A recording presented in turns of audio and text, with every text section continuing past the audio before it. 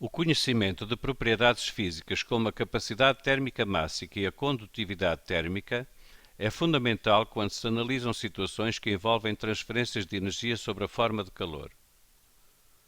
Numa fábrica, pretende-se escolher um material adequado ao fabrico de um recipiente que, quando colocado sobre uma chama, permita aquecer rapidamente um líquido nele contido. Tendo em conta a situação descrita, selecione a alternativa que completa corretamente a frase seguinte. Portanto, antes de fazermos a seleção da alternativa que está correta, vamos fazer uma pequena revisão sobre os conceitos aqui envolvidos, que são capacidade térmica mássica e condutividade térmica.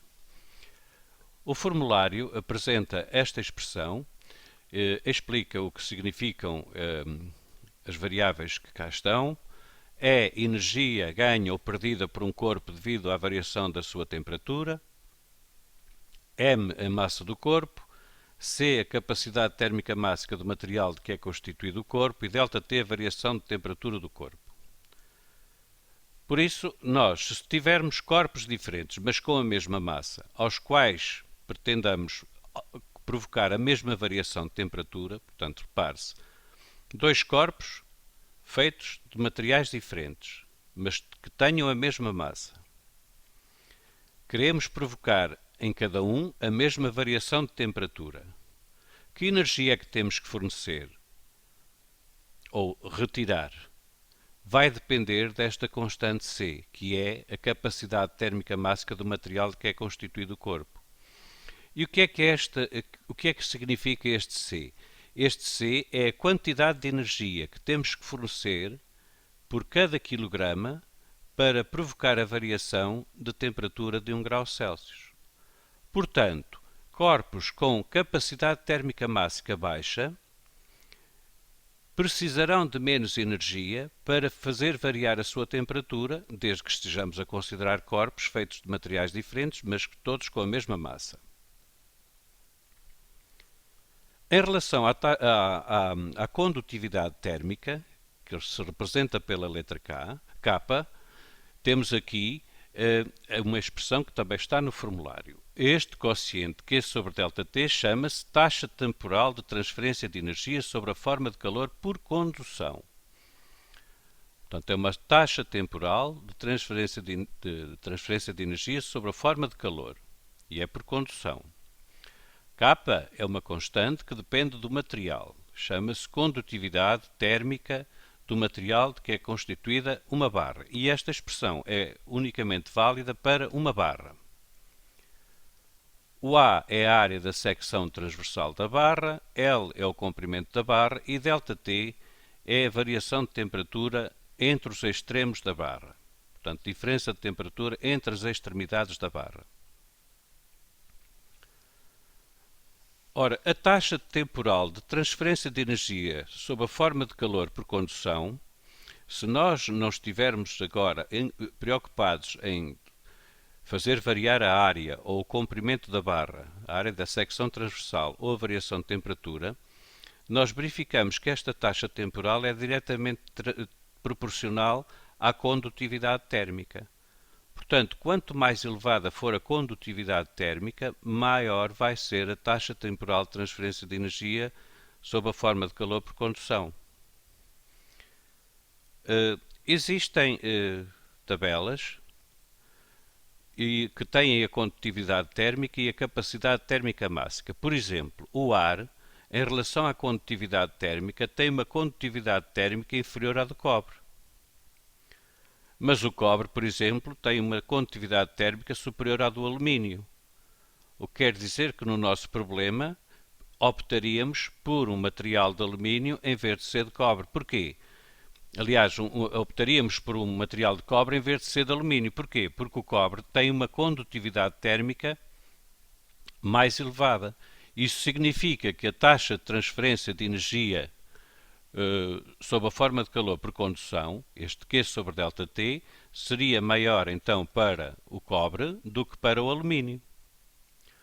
Repare-se, por exemplo, que o vidro tem uma condutividade térmica também relativamente baixa. Mais baixa ainda, em relação aos metais aqui referidos, temos a do ferro.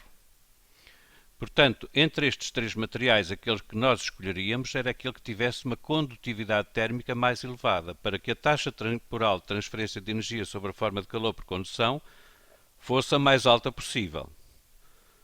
Relativamente à capacidade térmica mássica entre, por exemplo, cobre, alumínio ou ferro, repare-se que o cobre tem 386 joules por quilograma e por Kelvin ou por grau Celsius de capacidade térmica mássica, o alumínio muito mais do dobro, e o ferro ligeiramente acima do cobre. Consequentemente, nós queremos que a variação de temperatura seja conseguida com o mínimo de fornecimento de energia. Então vamos ter que escolher uma substância que tenha uma baixa capacidade térmica mássica. Porque, por exemplo, se escolhêssemos o alumínio, quando fornecêssemos 900 joules a 1 kg de alumínio, a temperatura tinha variado 1 Kelvin, ou 1 grau Celsius. Mas se escolhêssemos o cobre, com o mesmo fornecimento de energia, com 900 joules, a 1 kg de cobre, a sua temperatura teria variado mais do que 2 Kelvin ou 2 graus Celsius. Logo, se nós pretendemos aquecer rapidamente um líquido contido num determinado recipiente, vamos ter que escolher elevada capacidade térmica mássica? Não, porque se tiver elevada capacidade térmica mássica, para fazer variar a temperatura de um grau, nós precisamos de mais energia do que se tiver uma baixa capacidade térmica mássica. Portanto, estas duas opções estão imediatamente eliminadas.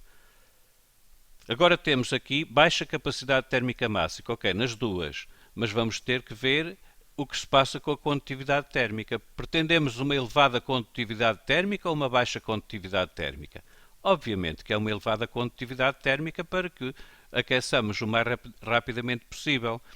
Porque se ele tiver uma baixa capacidade térmica mássica, a energia fornecida ao material vai provocar uma variação de temperatura maior, uma elevação de temperatura maior do que se ele tivesse uma elevada capacidade térmica mássica.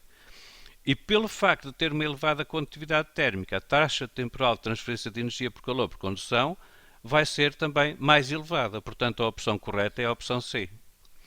De qualquer das maneiras, vamos fazer aqui a dedução.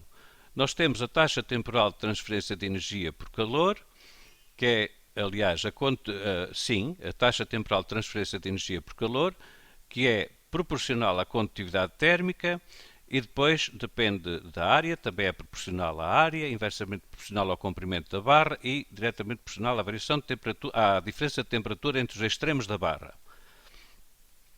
Em relação à energia transferida por calor, nós temos aqui a expressão, ou seja, depende da massa, depende da capacidade térmica mássica e depende da variação de temperatura. Portanto, já vimos que se quisermos uma variação de temperatura elevada, vamos ter que escolher um material com uma pequena capacidade térmica mássica, porque como depois de resolvermos esta equação em ordem a ΔT, a capacidade térmica mássica figura aqui em denominador, sabemos que quanto menor for C, maior será o valor da fração, desde que mantenhamos constante o numerador.